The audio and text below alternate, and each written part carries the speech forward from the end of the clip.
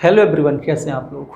तो आज मैं आपको एक एडवर्ब के बारे में बताने वाला हूं और एडवर्ब के साथ साथ मैं यहां पर आपको बताऊंगा कि एडवर्ब के जो स्थान होते हैं वो कौन कौन से हैं, मतलब एडवर्ब हम किस स्थान पर लिख सकते हैं। इंग्लिश में मोस्ट इंपॉर्टेंट टॉपिक है और कई हर तरह की एग्जाम्स में, चाहे आप एकेडमिक 9, 10, 11, 12 या कम्पिटिटिव एग्जाम्स के लिए तैयारी कर रहे हो, फिर भी आपको एडवर्ब तो पढ़ना ही पढ़ना है। तो यहाँ पर मैं आपको एक एडवर्ब के बारे में बताने वाला हूँ कि ये एडवर्ब, जो भी एडवर्ब आपके होते हैं, उनका यदि आप प्लेस चेंज कर देते हैं ना सेंटेंस में, तो सेंटेंस का जो पूरा मीनिंग है, जो पूरा सेंस है, वो कंप्लीटली चेंज हो जाता है। तो इंग्लिश ग्रामर एक ऐसा आधार होता है किसी लैंग्वेज का, यानी कि कोई भी ग्रामर हो किसी भी लैंग्वेज की, बहुत ही मोस्ट इम्पोर्टेंट होता है कि ग्रामर को समझना, तभी आप उस भाषा को बहुत ही अच्छी तरह से समझ सकते हैं या उसको बोल सकते हैं। तो यहाँ पर मैं आपको बताने वाला हूँ पोजीशन ऑफ एडवर्ब, कि सेंटेंस में जब भी हम एडवर्ब कहीं लिखते हैं तो उसका स्थान क्या होता है। सबसे पहले तो मैं बता दूं कि जो स्थान है, पोजीशन है एडवर्ब की, वो सामान्यतः 3 पोजीशन होती हैं। कितनी पोजीशन होती हैं? सामान्यतः 3 पोजीशन, यानी कि एडवर्ब को हम 3 जगह पर लिख सकते हैं। सबसे पहली पोजीशन जो आती है वो आती है आपकी फ्रंट पोजीशन। फ्रंट पोजीशन का मतलब कि जो एडवर्ब है वो सेंटेंस के शुरुआत में ले सकते हैं। आप लोगों ने जब भी कोई भी सेंटेंस बनाते हैं तो सेंटेंस में पहले क्या होता है? सब्जेक्ट, फिर आती है वर्ब और आगे आपके जो भी पार्ट्स हैं वो। तो कई बार एडवर्ब आपको सब्जेक्ट के आगे लिखा हुआ मिल जाएगा, कई बार एडवर्ब आपको सब्जेक्ट से पहले लिखा हुआ मिल जाएगा। तो वो एडवर्ब लिखने का जो स्थान होता है वो फ्रंट पोजीशन होता है। यदि दूसरा है आपका मिड पोजीशन।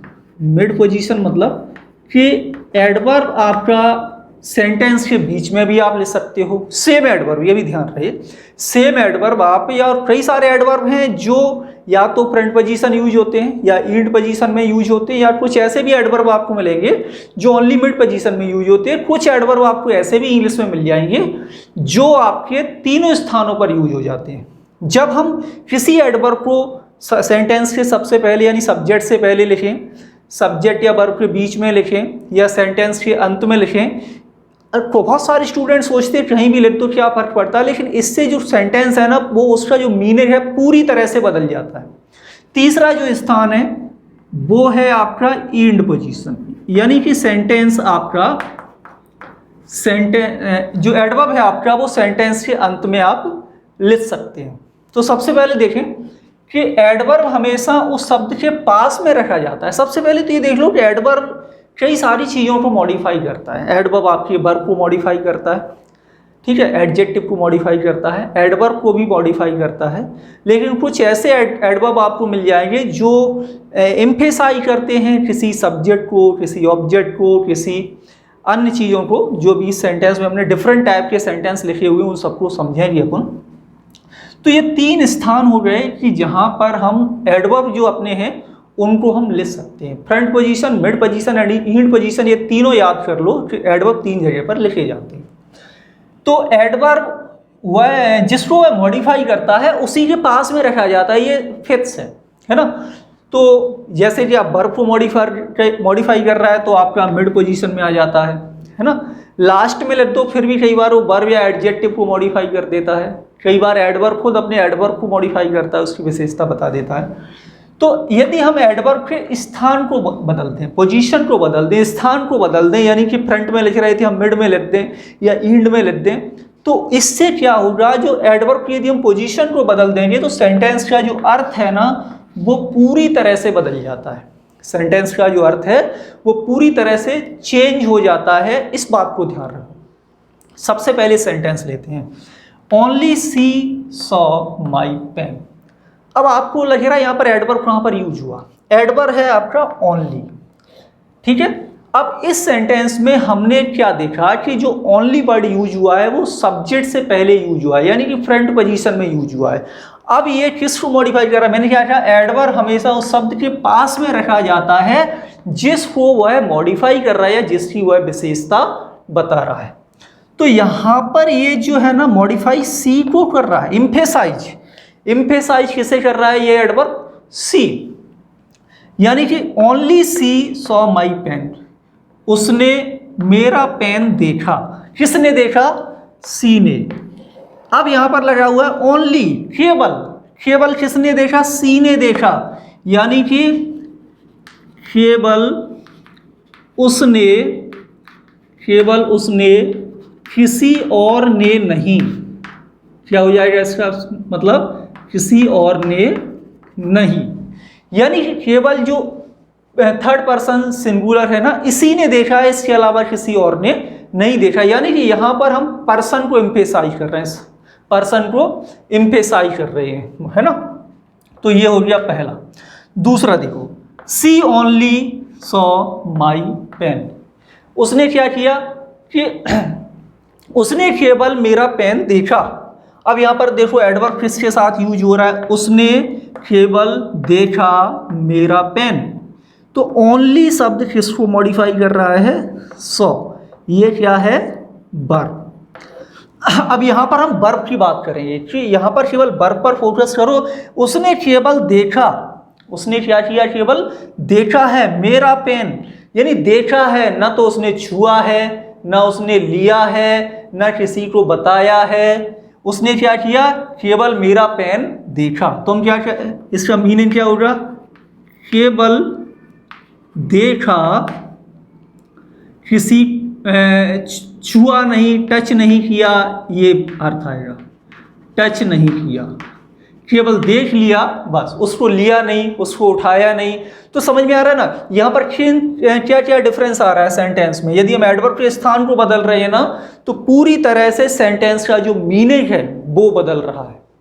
तो हमेशा ध्यान दो कि एडवर्ब यानी इंग्लिश ग्रामर बहुत ही मोस्ट इंपोर्टेंट है और छोटे छोटे पॉइंट्स आपको आने चाहिए।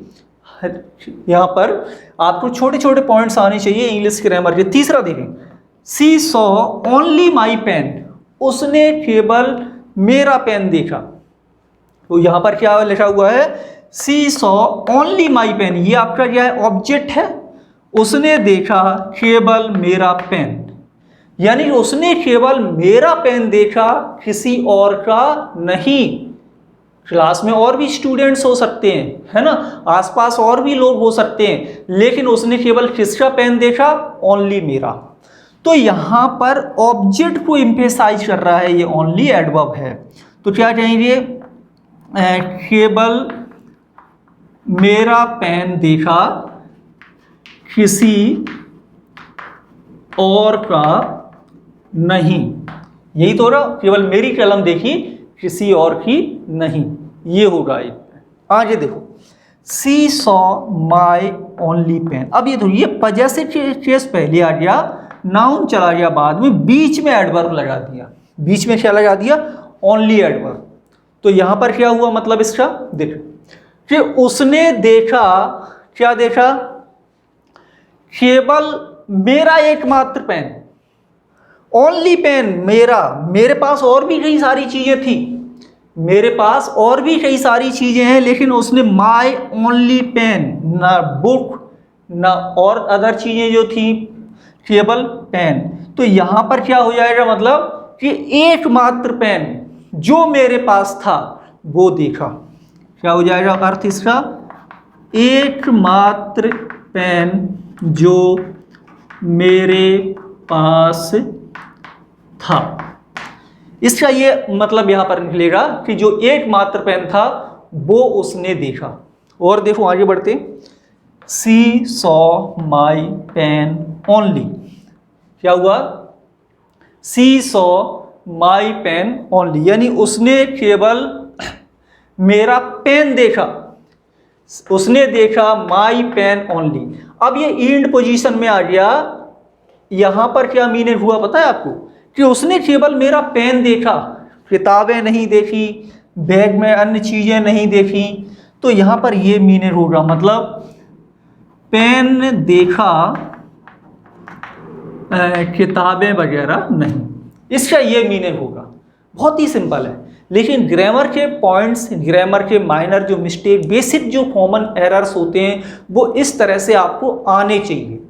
और इंग्लिश ग्रामर की बात करें तो भाई इंग्लिश ग्रामर आप केवल एक ट्रांसलेशन पढ़कर के कंप्लीट नहीं कर सकते। सबसे पहला पॉइंट तो आप ये याद कर लें सभी लोग यदि आप कॉम्पिटिटिव एग्जाम्स के लिए तैयारी कर रहे हो, यदि आप एक अच्छी प्रिपरेशन करना चाहते हो, तो मैं सबसे पहला पॉइंट आपको ये बोलूँगा कि आप ट्रांसलेशन मेथड से इंग्लिश ग्रामर को ना पढ़ें, बल्कि फंक्शनल ग्रामर हम जिसे बोलते हैं, आप फंक्शनल ग्रामर की स्टडी करें। Definitely you will improve your English very quickly, है ना।